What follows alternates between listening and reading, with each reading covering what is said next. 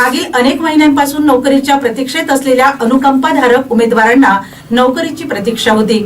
जिल्हा परिषद प्रशासनाने 119 जणांच्या नियुक्तीचा मार्ग मोकळा केल्यानंतर 102 उमेदवारांना नियुक्ती आदेश देण्यात आले आहे।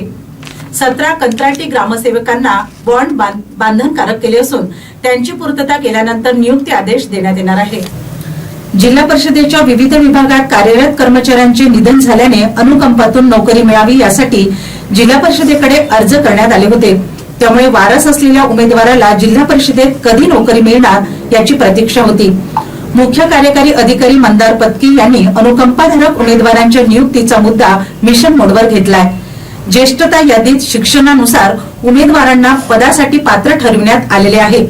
अनुकंपा पदभरतीत कनिष्ठ अभियंता, स्थापत्य अभियंता, कनिष्ठ सहाय्यक लेखा, वरिष्ठ सहाय्यक लेखा, आरोग्य सेवक पुरुष आदींना नियुक्ती आदेश देण्यात आले। तर कंत्राटी ग्रामसेवकांना नियुक्ती आदेश देण्यापूर्वी 10,000चा बॉन्ड देणे आवश्यक असते। या 2 जमादारांना 7/12 साल्वन्सी व 3 स्टॅम्प द्यावे लागणार आहेत। याची पूर्तता करणाऱ्या उमेदवारांना नियुक्ती आदेश देण्यात येणार आहे। 102 उमेदवारांना नियुक्ती मिळाल्याने त्यांच्याकडून समाधान व्यक्त होत आहे।